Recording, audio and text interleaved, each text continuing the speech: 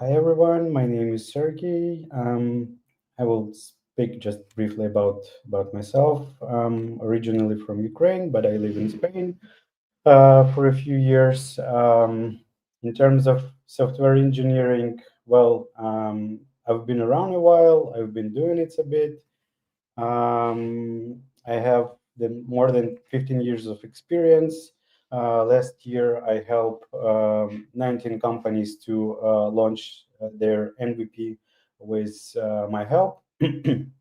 And myself, I launched three products last year. So yeah, husband of beautiful wife and the father of two wonderful kids. That's pretty much it. So let's go. Let's find out how to build your product without a dev team or without a huge budget. Um, and you may ask, why do I need to follow all this webinar, all these ideas, all this presentation? And I will tell you that there is a great opportunity to launch a business, a digital business, like solopreneur or like an indie hacker, or you name it. There is a bunch of buzzwords for it. And because we are living in the era of AI tools, you can easily do that and easily build your profitable software as a service or digital business. And yeah, be happy and enjoy the I don't know, financial independence or something like that. Uh, okay, so let's move forward. Today's roadmap. We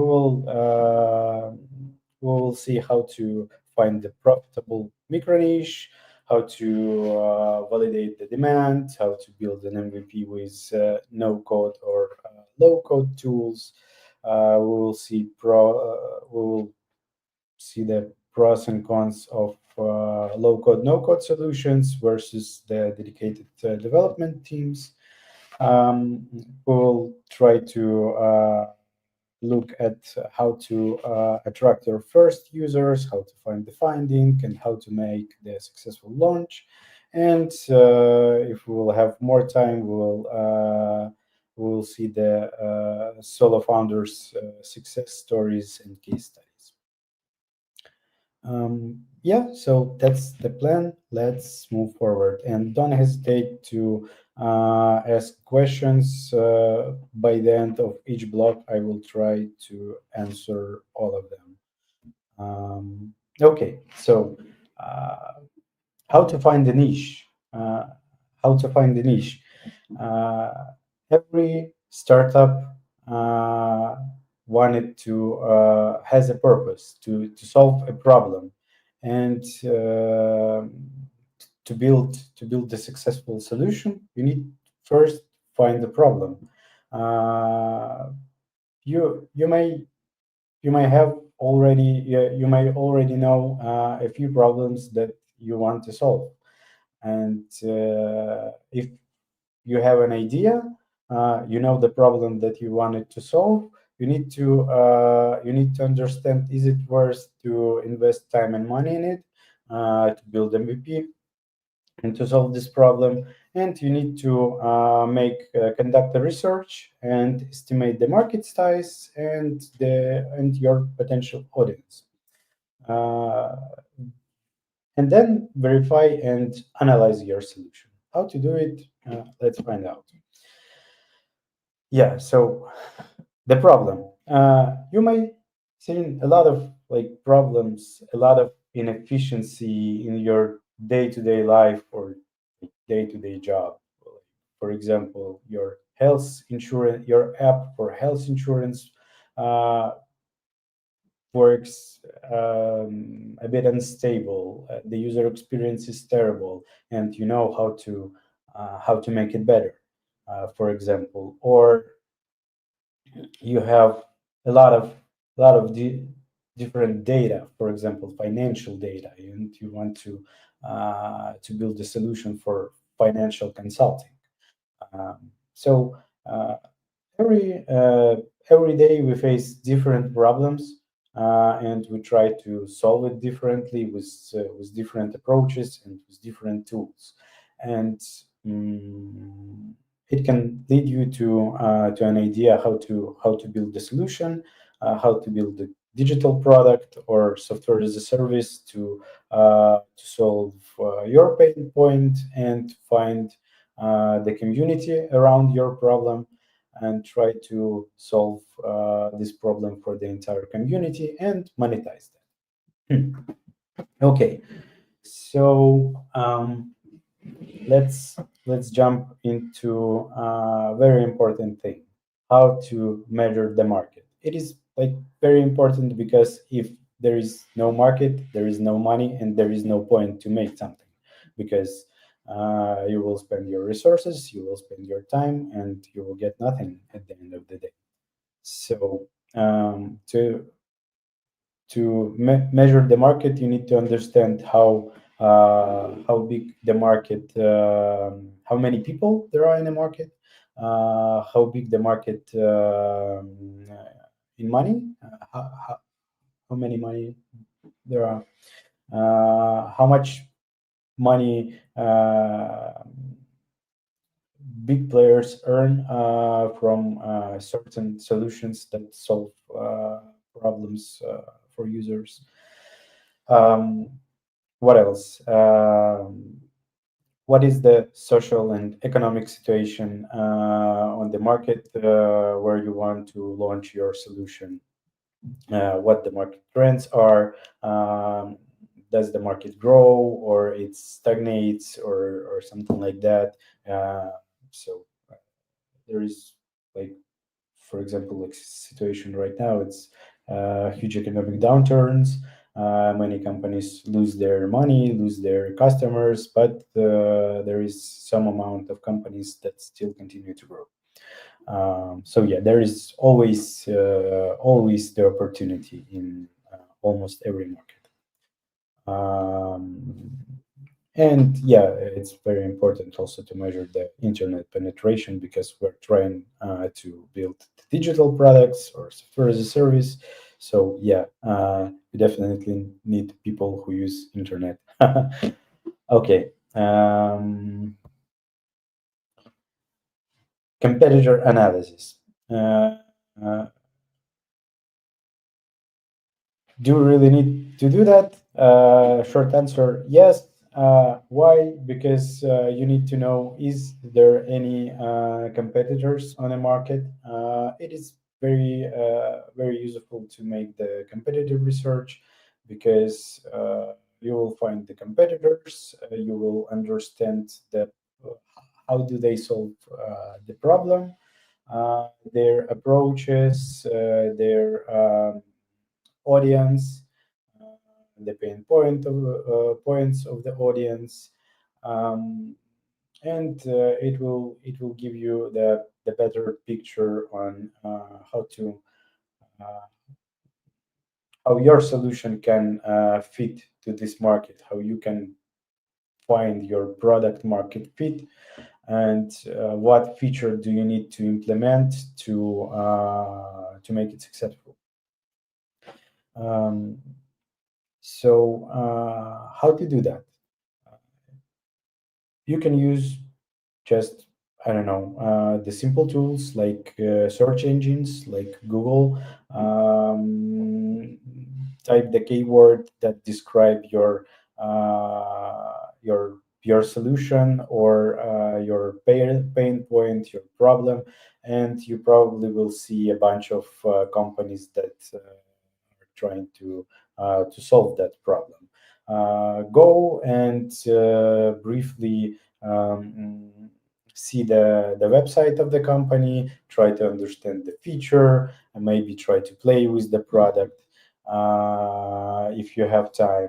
Or you can use, for example, such tools as ChatGPT or Claude from Anthropic to or DeepSeek, that's and AI tools to conduct the deep research and ask them, uh, make the market research and competitor analysis for product for example, in such niche which solves such pain point, and AI tool will give you very comprehensive and sophisticated report. It is very useful right now to make research, to conduct the research using the AI tools. Okay, um, so you need to understand the value proposition of your competitors. What do they offer? How do they try to solve the pain point for the users? To find your product market fit. uh, get the insights, what people really search when they try to solve their problems. Uh, you can use such tools as Href, SEMrush, SimilarWeb, Google Trends, and App Annie to understand the keyword better. For example, the Hrefs and SEMrush can give you they have a tool which is called the Keyword Explorer, and you can actually put the keyword. For example, you search for some solution.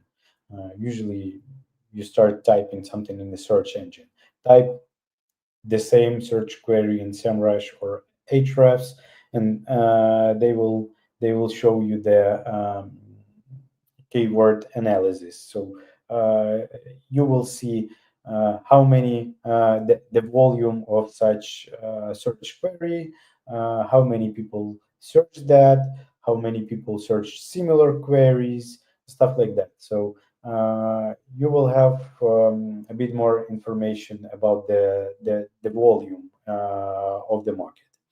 Um, you can also dive deep into such resources as J2, review on Google Maps, and other platforms to read the reviews and try to understand the pain point of the audience. Also, it is very helpful to go to Reddit or to Facebook communities. Okay, so let's move on.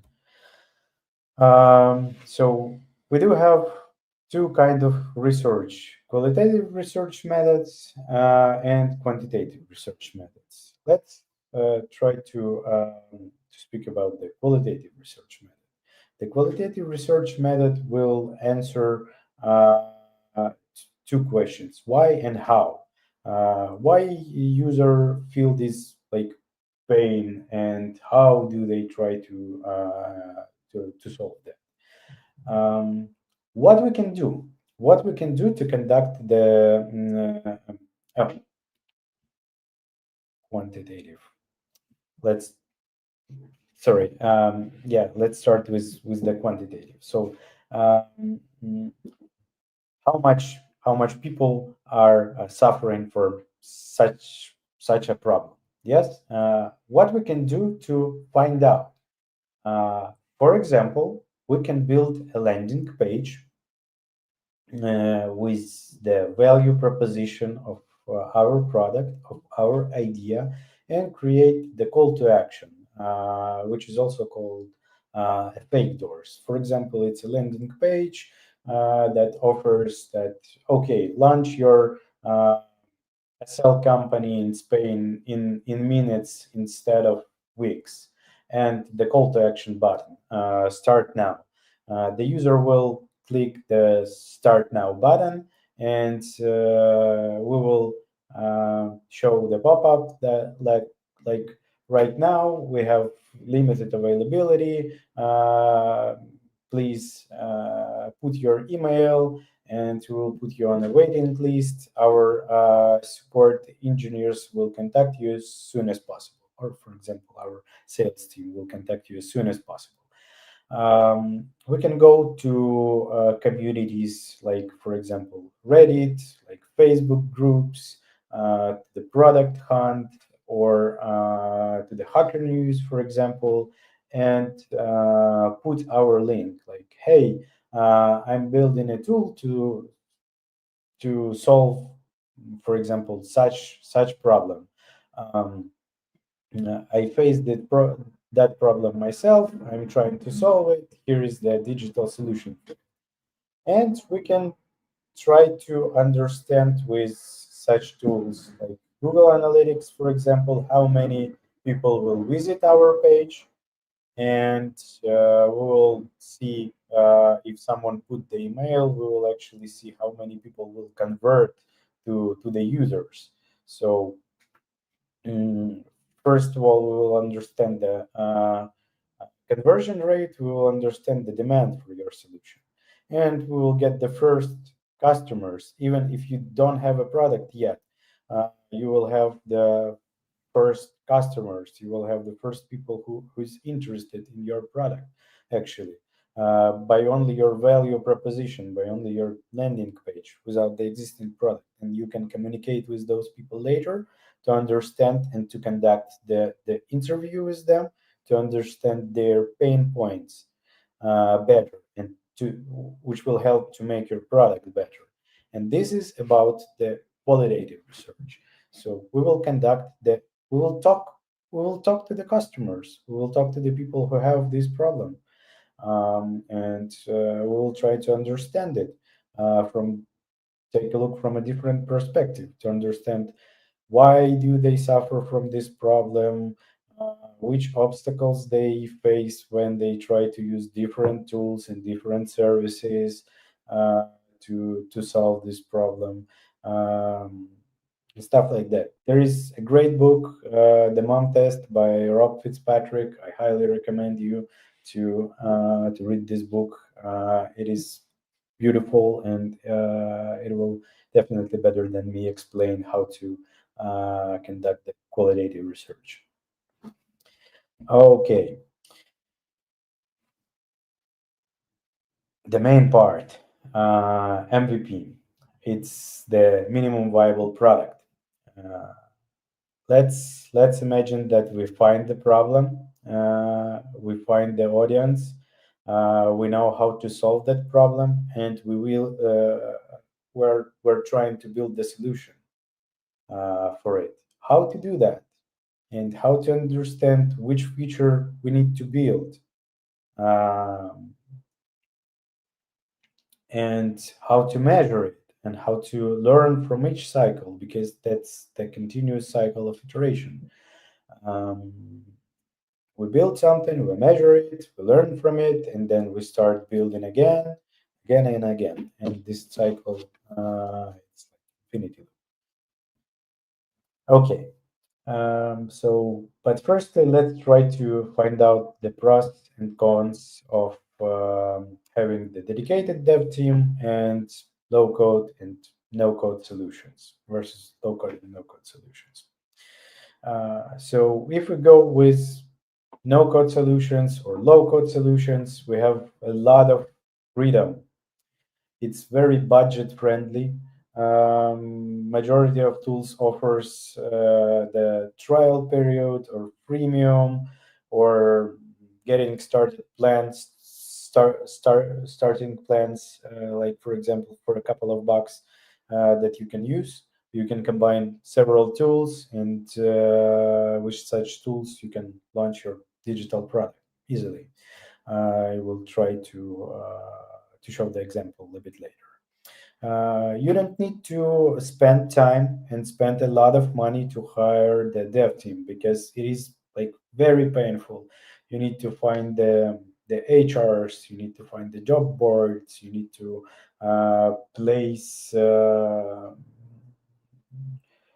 the job description all over the internet, which is very time consuming and very hard.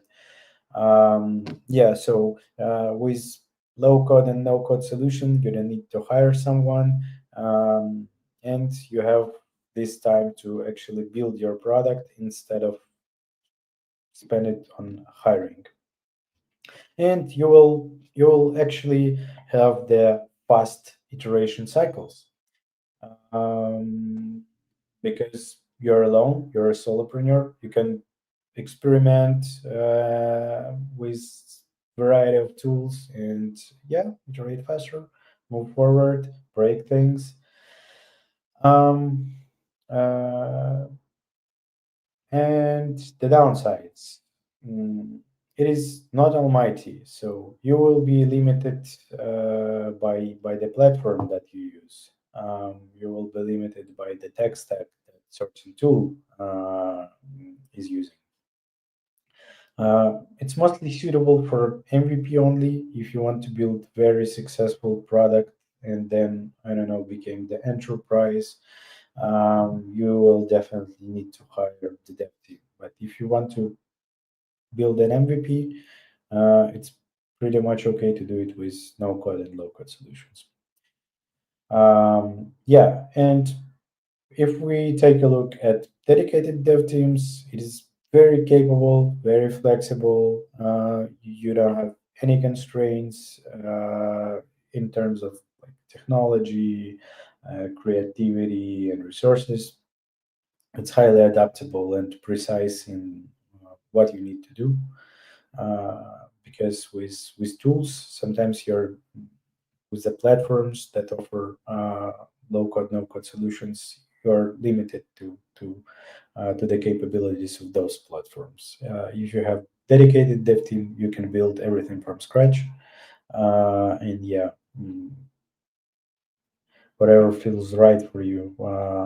And it's only the boundaries of your imagination. But the downsides, it's developers and designers, product managers, and so forth. They cost a lot of money. It takes more time to hire people. You need to care about taxes. You need to care about health insurance, all the benefits, and stuff like that. Um, and you need to care about the turnover because people can burn out, they can find the new job, they will have probably some family reasons. So yeah, you need to care about it also. So that's the pros and cons, and we will focus more on low code with no code solutions today. Yeah. Um, what tools we can use to actually build your MVP. Um, for example, you need a website. Mostly every company need a website. Um, if you're building the digital product, definitely need a website. Maybe some kind of back office and stuff like that. We will dig a bit deeper soon. Okay, so for example, you need to build a landing page or content management system uh, to I don't know present your product, launch the marketing campaign, so on and so forth.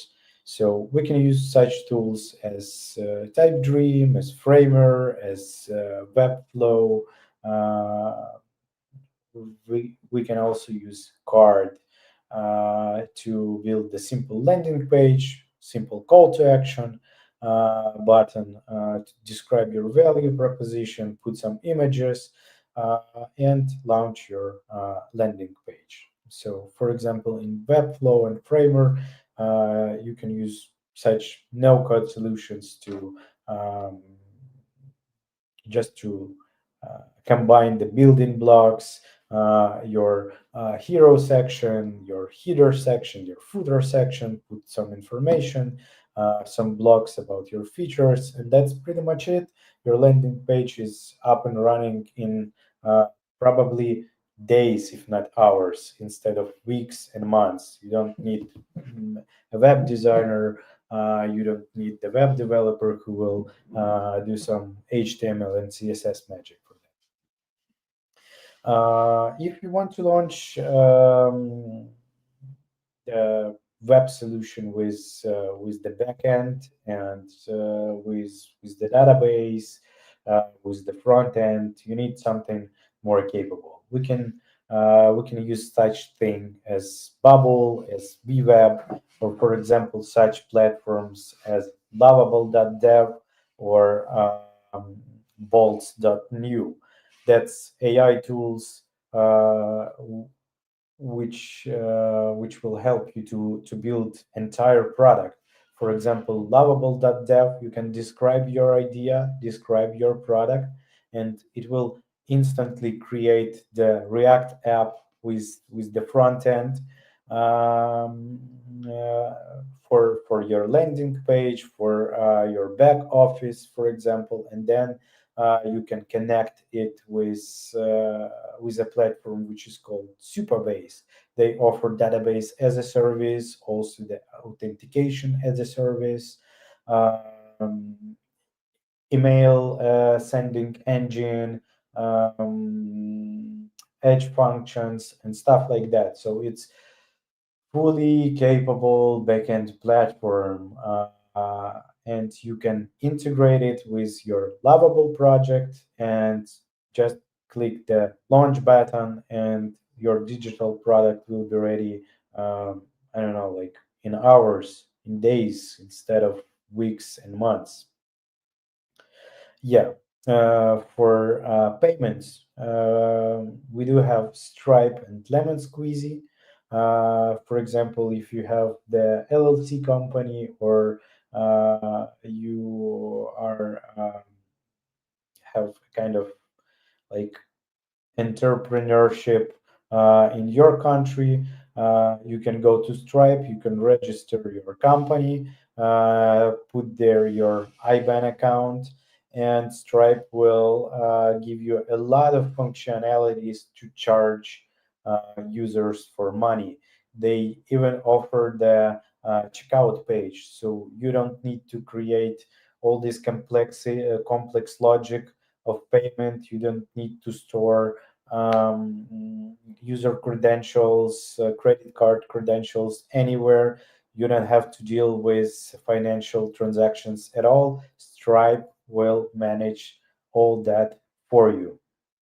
So you can check it out, go to Stripe and try to register your company. It is very easy. In a few hours, you will be able to do that, and you will be able to generate the checkout page, to add your product there, put the prices. Stripe will automatically care about taxes in your country, form the bills, form the invoices. So yeah, it's pretty much uh, uh, capable of to do everything around the financial stuff. And we can use the automations like Zapier and Make to as a glue layer, as an automation. For example, user put uh, his email into waiting list. Uh, we will use Zapier to catch this email, to add it to, I don't know, to Google Sheets, for example, and send the email to users that, hey, uh, we're very happy to have you. We will contact you as soon as possible. We will put you on the waiting list or something like that. So yeah, go to Zapier. They have the premium. You can use the formulas there to try to make your first automation. Yeah, so with such platform, you can trigger for example, something from your Webflow or from your Framer, put it to Airtable or to your Notion, then to send email to the user, or to, I don't know, send message to Slack, to Telegram, to WhatsApp. And it's very easy customizable. Um, that's pretty much it about the automation. And let's talk about launch, and let's talk about the zero budget channels that you can use to actually launch your product. Okay, so let's imagine that you have your product, you build the landing page, you have your automation set up and running. You test everything, everything works fine. Now, how to attract the first users? We can use a few channels. if you're making the software as a service, there is a resource which is called Hacker News. It's from Y Combinator, the most popular startup accelerator in the world. You can go to Hacker News. It's a kind of like a dashboard forum, where you can like start a thread and uh, try to attract a lot of users to your idea, to your software as a service. And you can start to thread like, hey, I'm trying to solve this problem with such product, with such technology stack. I'm focused on this and this. This is my value proposition. I hope you like it. Feel free to leave the feedback. Don't hesitate to reach me. For example, in Twitter or LinkedIn, and stuff like that. Mm. So the Y Combinator and Hacker News has a lot of users daily, like probably the hundred of thousands users. So it's a great opportunity to get the high volume traffic to your digital solution. Also, we can use the social networks like LinkedIn, like X, like Reddit. We can go to Facebook, to some subreddits, and find the niche community which related to our product and pitch our product there. And we definitely can make the product hunt launch. Go to the producthunt.com and launch our product there. There are like a bunch of people who care about products and who form the product community about products, about building products. Yeah. Um, what else? You can try to find micro influencers, for example, in Instagram or in TikTok. Uh, Reach them and ask them to promote your products. Uh, for example, if you're trying to build, I don't know, the website for with some goods for, I don't know, for cats or for dogs, you can reach out to popular influencers in this field and ask them to promote your products in TikTok or in Instagram, for example. Also, there is a movement in Twitter, in X, also in LinkedIn, and in many different places, which is called Build in Public. It's a hashtag Build in Public, and where when you're trying to build your solution, to build your startup, just start blogging, for example, in Twitter, in Threads, you name it, any platform, and attract user by this hashtag, and explain what you're trying to build, what you do, which steps you take to build your product. Do you have revenue or not? What are you trying to do to make it better and stuff like that? So it's completely transparent way of building product and share every step with your community. There is a cool community around this hashtag, so you can actually have a lot of um a lot of users, a lot of customers from such communities also. Um, and yeah, I think that it's pretty much it. It is very brief and very short. So yeah, feel free to ask any questions you have, and I will try to answer all of them.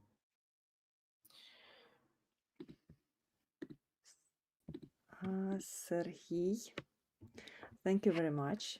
It was really interesting and packed with a lot of actionable things, tools, And for me, it was specifically for me, it was very interesting to understand how to test it, what tools to use, what methods to use, and I even want to try something, build build something. Okay, thank you.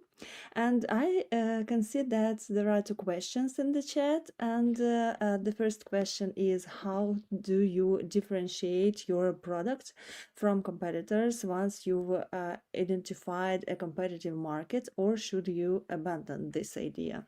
What do you think?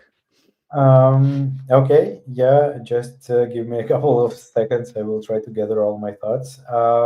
That's actually a very great question. Um, there is no simple answer to this question because like nowadays we are drawn in a huge amount of different digital products, and it's sometimes very hard to find your micro niche. Yes. But how to do it, how to differentiate your products from the competitors? Try to understand the common thing that they're doing, that they're trying to solve, and try to understand how to make it better. There is always a room for improvement. For example, you know how to make it cheaper. Yes, because, for example, you're well versed in unit economy, or you have the knowledge about the technology stack that you can use to make it cheaper, or you have a huge discount, for example, for a cloud provider. Uh, if you run a AI business, you have a lot of GPUs or discount to GPUs. You can make it cheaper. I don't know. So if you can make it cheaper, that's a one solution. You can make it cheaper, you will be better because I don't know. The people likes when the product is cheaper than other competitors, in my opinion. Yes, we've seen the situation with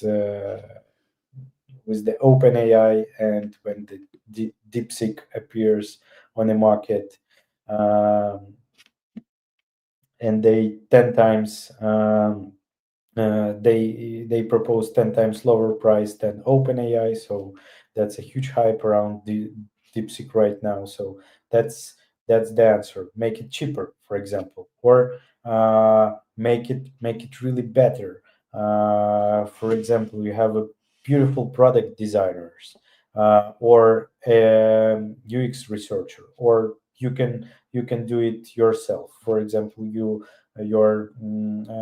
user experience researcher, or you're a web designer, you can make beautiful products. Yes, not, I don't know, bloody enterprise with just naked forms or something like that.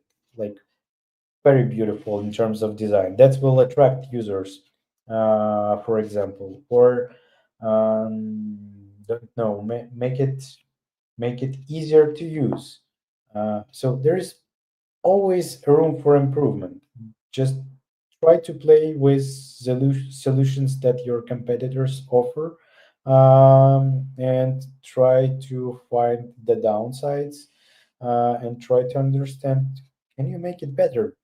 Do your product can solve it a bit easier or a bit cheaper, or I don't know, a bit better than the competitor? That's the answer. If yes, then it's definitely worth to try to build it. I hope that Okay. I answered this question. And what are the criteria you should abandon the idea? Red flags. Um, okay, so I mentioned before such tools as the SEO tools, for example, Ahrefs or SEMrush. You can use the keyword analysis to understand the market competitiveness. For example, you're trying to build the store for with the goods for pets, cats, for dogs, and there are a variety of different platforms and internet stores that offers the same products, the same service, and you need to compete somehow with them.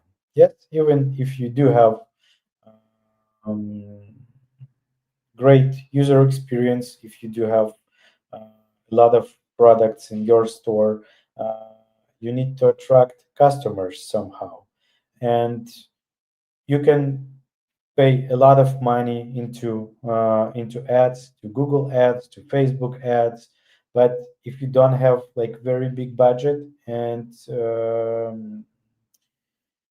those keywords, for example, pet store, buy cat goods online or something like that, they are very, very, very competitive, and you don't have the opportunity to and don't have a budget to compete there, maybe you should think about the pivot, to pivot your solution so somehow, to try to look at this market from different perspective, from different angle. Maybe you don't need another store with goods for cats and dogs. Maybe you need to, I don't know, to build a luxury shelter for the dogs where people can leave their dogs when they travel around the world. Maybe you need to, I don't know, to build a nail salon for the dogs or for the cats, or I don't know, something like that, something crazy. You need to explore. So yes, take a look at the competitiveness of the keywords. That will briefly give you a lot of information about will you succeed in trying to achieve those keywords, to be ranked on the search engine, to get user, to attract the users and stuff like that. Because um, if not, it's probably better to invest time in something different and try to pivot your idea. Yeah, makes sense. Okay. And one more question from Chloe. What do you think about data security and privacy concerns when using no-code solutions for MVPs? Um, That's a very, very, very good question, because probably the people who are in a field of AI and constantly looking and searching for different AI tools and news uh, knows that can be very dangerous to launch your product just with AI, because AI will give you the solution, uh, will write the code for you, but it probably will not cover all the edge cases. And in software engineering, um, those small details, those small edge cases, very important. They are very important, especially in terms of security. So when you launch your product, when you build your product with LLM models, with AI, uh, you can then use, for example, bug bounties programs. There are platforms like bug bounties. So before go online, before launch, hire the people, the security expert with bug bounties program, and they will try to find the flaws in your security. If you need to comply with GDPR or CCPA, or you need to be SOC 2 compliant, you definitely need an agency that will perform the audit for you. It's very expensive, but if you care about digital security, and you need to have those compliances, you need to do that. You need to make an audit. Uh, if you just wanted to launch your product fast and you still care about security, try to use there are a variety of tools, like for example, static code analysis. So you can try to get the code that LLM model generates for you and use this static code analysis to find the flaws and the security issues in your code.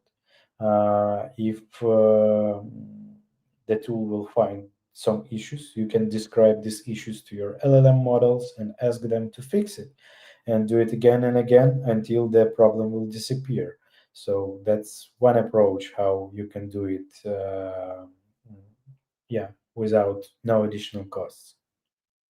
Um, you can ask your friends, you can ask your colleagues, you can ask, I don't know, your neighbors to play with your products, to test it, to find the bugs. Um,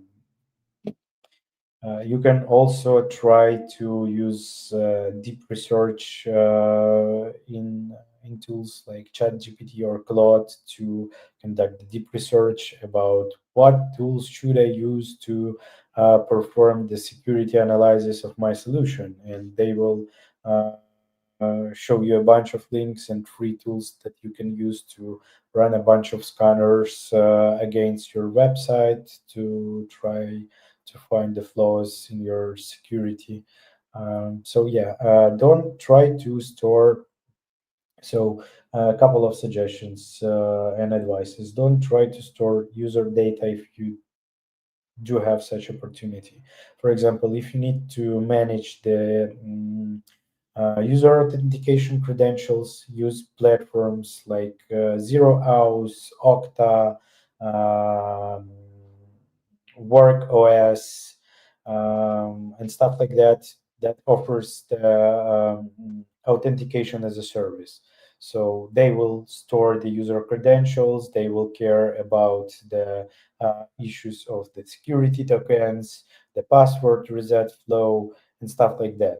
If you do need to care about the financial transactions and charge users for money use, you will not, you will definitely not build your own payment system and open your bank.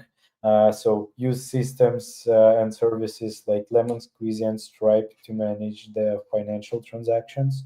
Uh, use such things as Zero to manage the taxes. If you need to hire someone and pay them money, you can use deal.com to hire people and to manage contracts in almost any country in the world and to pay uh, the salary to your employees. Um, I hope I answer the question. Okay, thank you. I can see any other questions in the chat, but I have one question as a potential startupper. The first question coming to my mind is where to get the ideas for the startup, for the business to launch. There is no answer to this question, unfortunately, or everyone will find their own way to find an ideas. For me, for example, it's travel. Travel. I'm traveling around the world. I live in different countries. Like for example, right now I live in Spain. I run my own company, and when I just came to Spain, I faced the problem that to spin the company, to run the company, to register the company, you need to spend a lot of time and a lot of bureaucracy. So I started the startup to make the digital solution where you can do it with a few clicks and run your company in days, weeks. So I saw the problem. It is very long. It is very bureaucratic, and I try to simplify it. Yeah, and that's traveling. My experience living in different countries. Um, I don't know. Someone wants to play with a bunch of different products. For example, in product hunt, see the product launches, try to play with them, and maybe you will see the better way to do something. Like, oh, that's a cool product, but yeah, I can definitely make it better. I know the way how to make it better, how to make it easier, how to make it cheaper. Yeah, go ahead and launch it. In the era of AI, we're very capable of do that solo. Yeah, I like it. Thank you for sharing. And it looks like we addressed all the points, all the questions, so we are near the end of the session. And is there anything to add or highlight before we wrap up? Um, yeah, just wanted to say that if you're wanted to build something, want to build your product, want to build your MVP, uh, don't waste your time. You're you have everything right now to do it. The most important thing is your passion, is your desire, and mm, don't be afraid. Don't be afraid to make mistakes. That's Great. probably the most important. Don't be afraid to make mistakes. You will learn from your mistakes, and sooner or later, you will make it better and you will succeed. Yeah, awesome. Thank you so much. Thank you for sharing your tips, your ideas, your workflows approaches. Really interesting and useful. Thank you all, guys, so much for joining us today as we explore the exciting world of launching a new business. So, if you have any more questions or want to dive deeper into today's topics, don't hesitate to reach out to Serhii, find him on LinkedIn. Also, SendPass community is always here to help you succeed. And stay tuned and good luck with your next big venture. Until next time, keep building and keep thriving. Goodbye and take care. Yeah, thanks for having me. Bye.